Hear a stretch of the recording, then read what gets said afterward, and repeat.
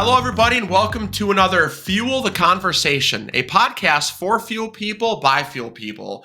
I am Freddie Riddler, and join with me, as always, Mr. Kyle Sheehan. Kyle, how are we doing on this fine Monday, 40 degree temperature type of day in Minnesota? Man, what do they say? Wait a week in Minnesota and the weather changes. So that's what 100, almost 90-degree swing from last week at the Minnesota Propane Association meetings, where it was -20, -40, up to 40, 50 degrees today. I can't wait. I'm breaking out the shorts. I'm breaking out the hula shirts. I'm ready to go. And what's crazy for all the viewers that are going to watch this, it may be a month from now. So let's just tell them it was in February and -20 wind chill or -20 air temp. We didn't even talk about the wind chill. And now, like Kyle said, it's the seasons change. We have more than 4 seasons in Minnesota. We have like 16 of them. But anyways, we're joined today with our friends from Metsa Tank. Thank you guys for joining us today. We'll do a quick introduction, starting with you, Robert. Give us your name and what you do, and kind of a little bit about your business. Hi, Freddie. Hi, Kyle. Thanks for having us on. It is a chilly 71 degrees here in Mexico. I am wearing a sweater, so we actually just got out of a little cold snap. So I do feel for you all, and we had people up in Minnesota last week, and they miraculously came back with all 10 fingers and toes. I guess 20 fingers and toes. Um, so my name is Robert Kenney. I'm with Metsa Tanks. I've been with the company for 8 years now. I do anything I can to help the company in any way possible. And We are located in Monterrey, Mexico, which is right over the border, about 2 hours south of the Laredo border. And we are a tank manufacturer, manufacturing tanks from 120 degrees up to 1990 gallons, 120 gallons to 1990 gallons. And For the residential application, agricultural application, industrial application, and also custom jobs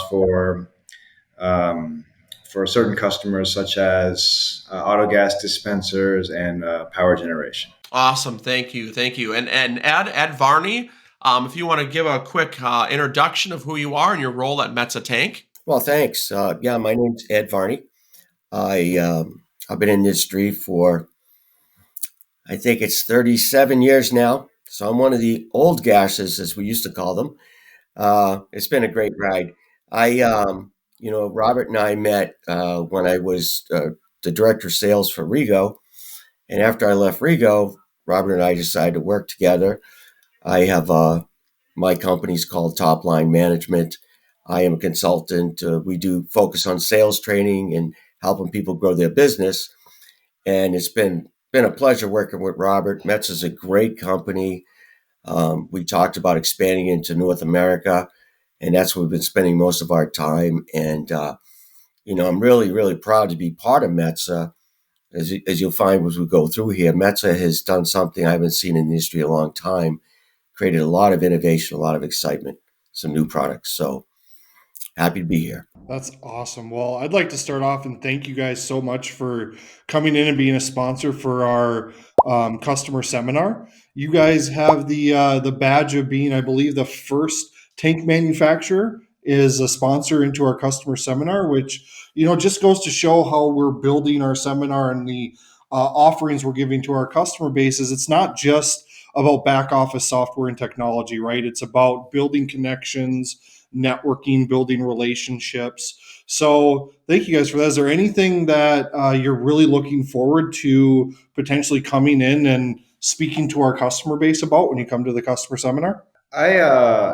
First off, I'm very excited to be a part of the seminar, and also very proud that we are the first tank manufacturer. I remember when Freddie and I spoke about it, he had told me there had never been a tank manufacturer on there, and that pretty much forced my hand to sign the check. So really excited to be a part of it. And kind of alluding to Ed's comments, a couple of years ago, our participation in industry events was very limited to basically Expo. So it was the Southeastern Expo, and we would go participate in the Texas Expo, and that was it. We were kind of blind to the vastness of the industry events throughout the country, and with my integration into NPGA, participation on the board and whatnot, we started seeing just how much of the country we were letting go um, by focusing only on these two events every year. And so we decided to increase our participation in as many in a lot more of industry events. And the first time I was told about the seminar was enough for me. I was all in. Basically, we are trying to get our message across to as many people as possible through as many means as possible. And our message basically is that we look to be stewards of high quality and safety when it comes to propane tanks, and that is something that can be overlooked when looking at vendors abroad. People think about vendors abroad; they think immediately about cost savings, and our push is to blow away the competition when it comes to safety, quality, standards, and innovation. So, getting a chance to speak to a group of people who are distributed throughout the country in one place, especially San Antonio, which is kind of our backyard, is really exciting for us to be able to get that to continue to convey that message and to say it from a, I guess, I don't know how trustworthy this face is, but from a nominally trustworthy face. Ed's definitely is not trustworthy. Look at that. That's just that East Coast face. It's okay. and that's a good segue for Ed. I don't know, Ed, are you going to our seminar? Are you the one of the lucky people coming to San Antonio this year? I'm not sure yet. Rob and I haven't chatted too much about that. We'll just coordinate our schedules. But I like Robert. I says I'm happy with Metsa's participating. I think it's a great thing. Good. And just based on that, maybe give us a weigh in a little bit, Ed, on what you see, the changes from all the participation that your company or Robert and Daniel and their participation in the state associations, regional associations. What does that look like from your end? Well, as Robert said, there were minimal previously, but my experience been here for a long time, and I've been involved in many of those as well as NPGA board. There's a lot of value in these, and it's paying off. It's relationship selling is what you got to do. I mean, there's a few tank manufacturers. We pride ourselves in, as Robert said, in quality and integrity and customer service. And you got to get that message out. And one way to do it is through these association meetings where you can see dozens of people at one time. You go there and you build a relationships. You go door to door, you visit somebody in the office, unless you plan it and schedule it, you don't have a lot of time. So here we build the relationships and then that will come afterwards. So some of these guys will go to an association meeting, meet somebody, talk about what they could use and what their needs are. And you start the relationship. Then next time you go visit with them, you take them more seriously and you build your credibility. But it's not just that. It's good for our team. They're all in Mexico, but they travel here. But going to the association, they become more well-rounded on what's going on in the industry. They see the updates from the TNS committee. They see the updates on all the codes in the markets. When they get to these meetings, you talk about market conditions in a particular area. Like you guys were saying earlier this morning, it's minus 20 degrees. That's cold. Yeah. So, when Jonathan goes up there, I don't know if he's ever been in that type of rain before. So that's quite ice fishing in Minnesota anytime you guys want, right? Yeah, we're thinking of July. Okay. But I'm saying, the thing is all these regions are different. And, I work with every single association in the country, and they are all very, very different, how they operate and what the priorities are. So getting them out there to get to know their market and know the people, and that's starting to pay off. That's when you get your repeat business and you build the trust. Absolutely. And Ed, speaking as an old gasser, you're the one that said it, I didn't, right? You've been in this industry for 30 years, and that is a very unique portion of our industry that it is very heavily relationship based. It is, you might see somebody move companies, but they stay within the industry. I know you go back a ways back with my aunt Susie, my dad Brian, my uncle Kevin, and my uncle Mike. Those were relationships built many years ago. And from your standpoint, the young gassers that are coming in here, the young guys, the young professionals out there, give some insight into are you excited about these generations coming in and what they're doing and the change that they're bringing into the industry? Oh, absolutely. I had that conversation last week. I had the pleasure of doing the PERC training program, their seminar that they had in Florida this week. And it was really nice to see a lot of young people in there. There was some of the veterans were still around, but it was really nice because they challenge, everybody's going to be open to change. And the hardest thing for anybody is change. And how do you do that? And doing it in a group setting like that is really helpful. I see a lot of these young people come in with good ideas. For example, the PERC went from the CTEP to the PEP training. And there was discussions on whether to use books and paper and electronic and all this stuff. And the young people saying, why? We're in the electronic age, right? There's no reason. And they bring it, but not only do they share that, but when we're talking, I could become a liaison between that person and someone who's been around longer than me. I say, look, hey, this is the way it is now, and it's going to save you time for doing this. You don't have to order all these books, spend the money. It's automated. That's just one example.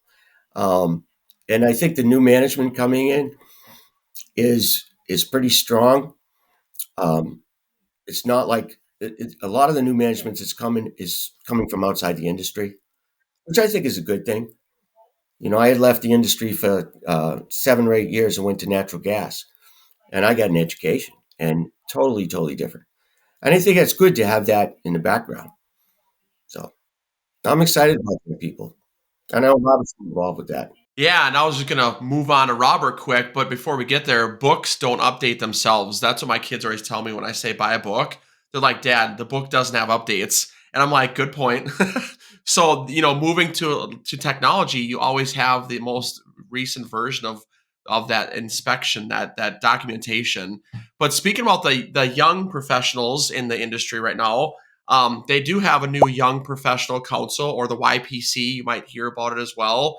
And our very own Robert Kenney is the chairman of the membership committee. Robert, talk a little bit about the Young Professional Council. Let's give a plug to all those young innovators out there. Well, yeah, the Young Professional Council. So actually, when we were in Clearwater, we were celebrating 1 year since its inception officially, when it was voted by the board in Monterey, California, in 2024. So that's a pretty interesting checkpoint milestone, because as we all know, especially when you look around the room in the young gassers seminars, is the young under 40 and under group in this industry is very underrepresented.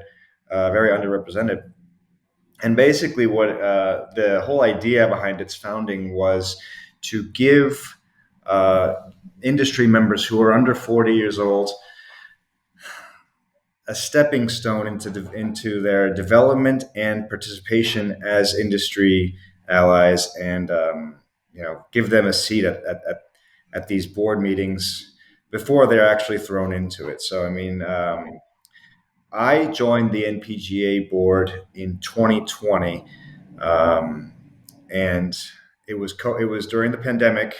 And I had no idea what was going on. I didn't understand when it was appropriate to talk, if it was appropriate to talk. And I learned quickly that I spoke out of line early on with the Zoom chat, because in my thoughts I was supposed to do it. And then as we started coming into the in-person meetings, I was kind of blown away at first the level of knowledge that I was facing, and basically feeling a little out of place, a little imposter syndrome. But at the same time, just the amount of camaraderie that had been built over decades of industry service. So that can be overwhelming. And I mean, I was in my mid-30s at that point, a little older, a little more industry experience under my belt. If we're trying to get people in their mid-late 20s, early 30s to participate, then it can be very intimidating and very hard to find their footing. So the Young Professional Council offers a place where not only is it an official NPGA organization, but it's 100% run by this group.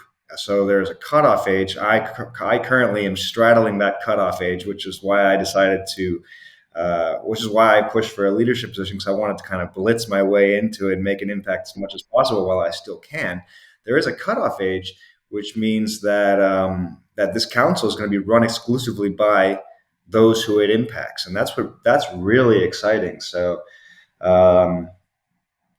there's been a lot of action recently about the Young Professionals Council, such as renaming, rebranding the 30 Under 30 program into the Young Professional of the Year, which will be awarded in Expo in Charlotte in April. I believe nominations have already closed for that, and the committee is reviewing the nominations. The Day of Service, which was done last year with Operation Barbecue and sponsored by Feral Gas, which was an absolute hit. We had 3 locations going on where members from the Young Professionals Council and companies were able to send people out to cook some barbecue with the first responders. And the educational sessions, we've currently had 3 educational sessions that were very well attended. So all in all, the mandate is to get people involved, work as best as possible with personal development, and to create citizens who are interested in community service as well. And this first year has been an absolute hit. We're looking forward to what's coming next. Well, as the membership chair, I'm going to say you succeeded. There's 3 of the 4 owners at RCC are under 40 years old, and all 3 of them at Clearwater last year. I put my hat in the ring and said, that may be something I'm interested in kind of checking out. And we're business owners, we're managers, there's all shapes and forms of professionals under 40 years of age in this industry. And I've never been in the NPGA in terms of on a board seat, anything like that. So that was an intimidating thing. And I joined that first meeting and I just listened in, and I ended up volunteering for the education committee and sitting in on that and getting kind of dipping my toes in the water. So, I thank you for all the work you put into there, and the membership seems to be growing, and it seems like a very, very exciting thing to watch as that continues to, evolve in the years to come. Yeah, we're really happy to have you, you and your family as members, participating members, and also on the committees. That's great. It's how we're going to thrive. So thank you for that. And I didn't make the cut, so I hope it grows and hope it continues to be an amazing thing. But they shut the door on me pretty hard. So even though I was asked by Steph Hennon to join the committee or the council, and I'm like, I'm 44, or actually 43 at the time. She goes, oh, it's like, it was close. I feel pretty honored that she thought I was under 40. So yeah, let's just take a little bit of a segue from here. So networking is a big thing. And I'll just share a quick story, because part of the propane industry, they always say, share your story. And when I met you at a growth summit, Robert and Danny, I got to golf with Danny, and actually both of you. 1 year was with you, 1 year was with Danny. That's kind of how it grew. I always heard about Metsa tanks, but I never really got to know anybody. And at the growth summit, when you're on a golf cart for 6 to 8 hours, you really get to know a person. And I remember talking to you and how you did your business and your work culture, and I loved it. It's something that I remember the conversations we had, and that's kind of where the story of RCC and Metsa kind of collaborated together. And it wasn't soon after that you said, hey, I hear you guys have a seminar, because we were at the Growth Summit. People were talking about it. And that's kind of where it all started. And here we are now doing a podcast. But there's one story I want to share that you actually took a sticker from my booth and stuck it on one of your tanks. And it's a story we're proud to share. And that's the Making Propane Sexy story. And to keep my 2-hour conversation down to about 2 minutes, we at RCC trademarked the Making Propane Sexy slogan, because it's an industry disruption. People are talking about it. Not everyone likes it. Some people think it's a little risque. But as I share the story of why we're making propane sexy, to share stories, to get people to talk about it, to get the excitement to build up, it's not about the lingerie. It's not about the looks. It's about the excitement about who we are, what we do, and what industry we serve. So, Northeast Propane Show, people are coming up to me going, "Hey, are you the sexy booth?" I'm like, where are you getting this from? You were sending people over my booth. So you took a sticker, stuck it on your tank. Robert or Ed, weigh in on that story. Talk a little bit about the making propane sexy. What are your thoughts on it? Are we absolutely crazy? You got to be crazy. I mean, if you're gonna start pushing something like that, you got to be crazy. I'll tell you, Freddie, I love the Making Propane Sexy campaign. Actually, Jonathan, who just got back from the Minnesota show, he came up to me immediately as I walked in the office and said, "Look, look, look!" And he had his Propane Sexy socks. I wear mine very proudly. I'll tell you a little anecdote about my recruiting process when I'm hiring people, and I've told Ed this story too, especially for the younger people who I recruit and bring in. When people hear the story, when people get onboarded to a propane tank manufacturer, that can sound really dull. And I understand that. And it's like, what do? We build propane tanks. Well, if that's your story, then you're going to have some transitory people coming in and coming out. What do I tell people? And I believe this 100%. What do I tell people when I join this? First of all, I want you to understand that welcome to Metsa. I want you to understand two things. First, we work for the most important industry in the world. The energy and oil and gas industry is the most important industry in the world. And it's, the impacts we have on human lives is unbelievable. The fact that what we do can get people to survive, can get a family and get children to survive the negative 40-degree Minnesota winters. Also, working for propane is, as our new Secretary of Energy will say, is the solution for in-house contamination. This is the most important industry in the world, and not deriving any sort of pride from that is insane. It has to be said. And secondly, and this is something that I tell our people, as a cautionary tale, is that when you build a propane tank, you're building what is in essence a bomb. And so if you think for 1 second that you're skirting any sort of, you're taking any routes around quality, or trying to push something out the door even though it's not good, and you're turning a blind eye to it, you're building something that could level an entire building. So the two things that are necessary to understand is, we take pride in what we do, and we work to the highest standards possible. And once you get that message in, you start thinking, hey, my job's kind of cool. Yeah. I was told I couldn't curse, but this is badass. Yeah, you can curse. That's fine. That's fine. That's making propane sexy, and that for me is, there's no need to make it sexy. It is sexy. Now you just gotta say it. So, like I said, you can either say, "Hey, welcome to the tank building business," or you can say, "Welcome to the most important industry in the world." You make propane sexy by telling our story. So, congratulations, Freddie and Kyle. I love this campaign. I'm happy to be a part of it, even if it's to the side and I'm not a part of RCC. I'll still send people your way. Awesome. Well, I know Freddie's gonna have a couple opportunities here where you can co-brand and put that on some shirts and different things for your company. So there's some exciting opportunities coming along for those too. But speaking of making propane sexy, we can't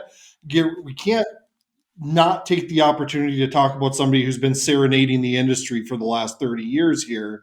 And Ed, your saxophone playing blew up Facebook feeds and everything, and coming from the industry, it makes it that much more special. But can you share with us a little bit? You play the saxophone, you're really darn good at playing the saxophone, and this year you had an amazing opportunity to play in front of tens, maybe hundreds of thousands of people. Yeah, well, I think you're referring to the Cotton Bowl this year. Yeah, I have been, I was a professional musician before I get into propane. So that I started my career that way. And oddly enough, as I go towards the latter part of my career, I'm expanding that again. So, and I'm having a blast. But I was very fortunate to be invited to perform the national anthem at the college playoffs with the Goodyear Cotton Bowl in AT&T Stadium. That was a nice surprise. There was a little story with it. I mean, you saw about 100,000. Yeah, there was 100,000 people in the building, and then 20.5 million people on television. Don't think about it when you're playing, right? Wow. Well, I'll tell you a quick side story because it's a current event. Is originally when they asked me to do this in October, and historically or traditionally, ESPN doesn't show national anthems or stuff like that. And so I never thought I was going to be on. But if you guys remember, on New Year's Day, the tragedy in New Orleans, they had to move the Sugar Bowl the next day. And again, the national anthem, and they did a memorial service for the victims. And ESPN decided to go to commercial. And apparently that upset a lot of people, a lot of sponsors. So I got a phone call 3 days before the event from a producer saying, "Oh, by the way, you're going to be televised. They had to move the schedule up." Oh, that's all I need. Yeah. So that it was special though. I mean, it was because I've done these all over the country for years. But this one was really neat. It was the atmosphere was electric. You know, if you saw some of the photos, met Matthew McConaughey, chatted with him. All the excitement down there. I mean, it was really special, and I was allowed to take my 3 adult children. They gave us tickets, and they put us in a suite with all the executives, and it was such a treat. And it's funny. I get down there, and I got more comments on the jacket than the performance, I think. And my daughter, just before I went to play, she sent me a picture, texted me a picture. My mother passed away 3 years ago, and she had given my daughter her Texas cowboy boots with the red, white, and blue and a big star in it. She took a picture and said, "Nana's here with you, Dad." Oh, jeez. So that was like, that was a tearjerker. I needed that in stress, right? But it was fun. And as you said, Freddie, it was blowing up. My son called me the next day. He said, "Dad, you're blowing up." "What do you mean I'm blowing up?" Remember, I'm an old gasser. And I did the same thing as you, and I couldn't believe it. It was fun. What a cool story. Absolutely Awesome. great story. And I do this, I do it really because I enjoy it. When you play music, it's for other people. It's not for me. And the national anthem is something that's so special to so many people, especially the veterans. The best reward I get is when a veteran says something to me, or I walk up off the field and I see a veteran crying and shaking my hand. That makes it all about it, So Yeah. that was That's a lot of emotions to hold in before you start to play that instrument. I don't know how you would have done it or how you did it, but you did it. It was really good. It was fun to see. And that's when Susie messaged me and said, "Did you see on Facebook, Ed?" I'm like, "Yeah, it's all over the place." I'm like, "How can I not see it?" But incredible. And thank you for what you did. I mean, like you said, the veterans, we thank them every single day for the services, but what a cool honor to actually play the national anthem for them at a big event like that. So well done. But thank you, friends from Metsa, for joining our podcast today. I think we're going to just kind of wrap up things. Again, thank you so much for being a sponsor for our seminar. It's companies like you that help us keep this going every single year. You will see how much fun we have. You'll get to experience that energy for those 4 days. Trust me, it's a lot of fun. But thank you so much for sharing all of your stories. We appreciate it. Kyle, anything to add in? No, if any of our customers, anyone listening is interested in seeing what Metsa Tank does and the impact of the industry, or just going up to Ed and congratulating him and giving him a thumbs up on his awesome skills that he brings to the table here as well. You can see him at our customer seminar. You can see him. We see you at almost every single show, I think. So if you're ever out at any of the industry events, go and check out Metsa's booth. Yeah, we will be at the show in booth 1444 towards the back, but we'll be bringing a lot of energy to our to Expo this year. We'll hopefully have some Make Propane Sexy stickers on the tanks, and And also, please visit our website when you can at www.metsa.com and check us out. We got a lot of interesting things that are already launched that I think differentiate the market quite a bit. So we'll keep it a secret until the seminar. Awesome. Thanks, guys. Thanks, Ed. Thanks, Thanks for Robert. having Get us. it. Thanks, guys. Thank you for joining Kyle and Freddie's podcast, Fuel the Conversation. A podcast for fuel people by fuel people. We really hope you enjoyed today's topics and you found them interesting, and we hope that you pulled some value out of our conversation today. To hear more podcasts from Kyle, myself, and special guests, you can catch us on Spotify, Amazon Music, or the iTunes Store. To find out more information on RCC, you can visit our website, www.rccbi.com. You can also find us on Facebook under Rural Computer Consultants, also under LinkedIn under Rural Computer Consultants, or go ahead and give us a follow on Twitter at RCC Inc. 79. If you'd like to contact us directly, email us at sales@rccbi.com. This is Kyle signing off. And this is Freddie. Until next time.